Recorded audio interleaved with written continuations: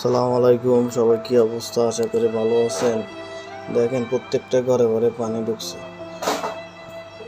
সকাল বৃষ্টি হয় নাই, কিছুটা পানি কমছে আজকে।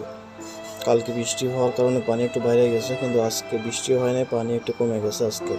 প্রত্যেকটা ঘরে ঘরে পানি ঢুকছে, এমন একটা ঘর বাকি নেই যে পানি ঢুকে নেই।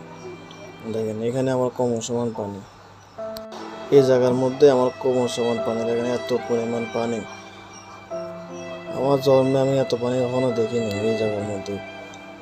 দেখেন 1998 বন্যাও কিন্তু এত পানি হয়নি।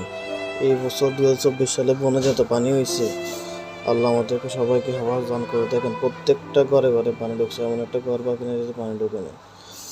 প্রত্যেকটা ঘরে ঘরে পানি, এমন একটা ঘর বাকি নেই যে পানি ঢুকে নেই।